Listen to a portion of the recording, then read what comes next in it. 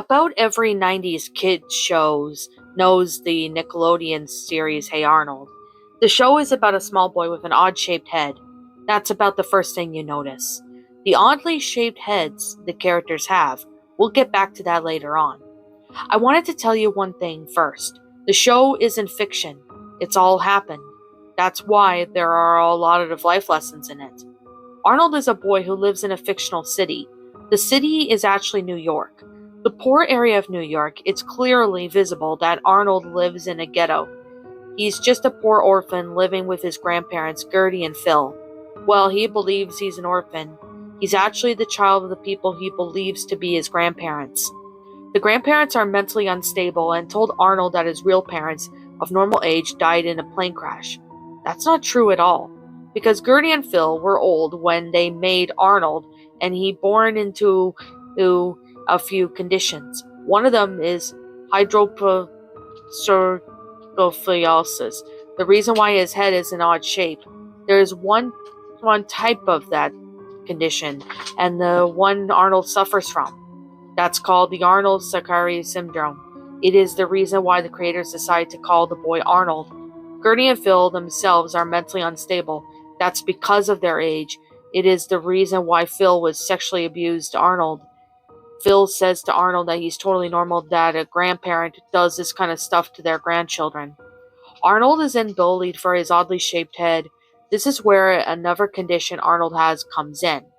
Because that aren't there, because he's bullied a lot, he escapes from an imaginary world with imaginary friends. That's the reason the other characters have weird shaped heads too.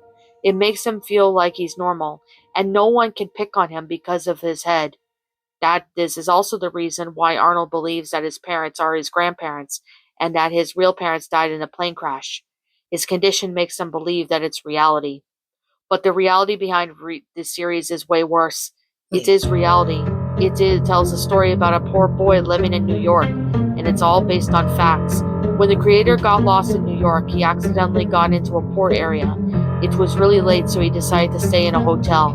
Then he came across a 9-year-old boy, the child of two people who were clearly too old to have children.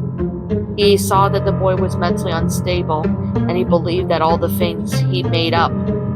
The creator decided to talk to the boy. He felt really sorry for the boy when he discovered the boy only had imaginary friends and would die if he didn't get to medical care right away. He felt like the need to do something, so he asked the boy if he could tell his story, and then he'd make sure that the boy's life would become better.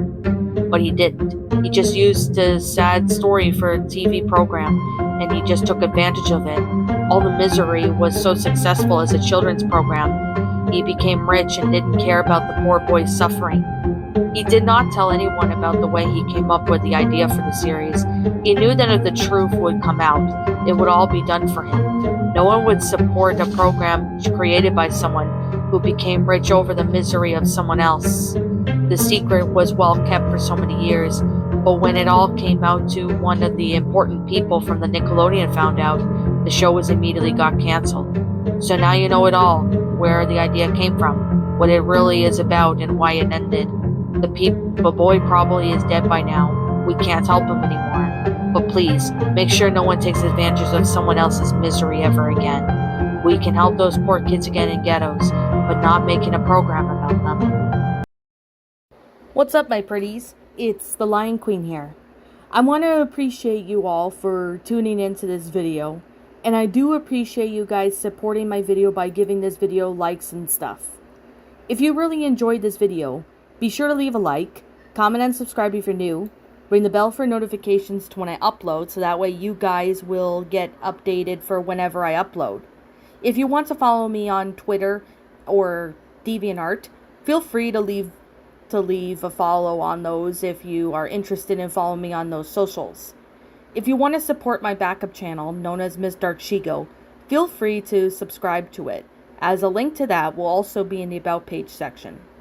And with that being said, and that being the case, thank you so much for watching, my pretties, and as always, please stay pretty.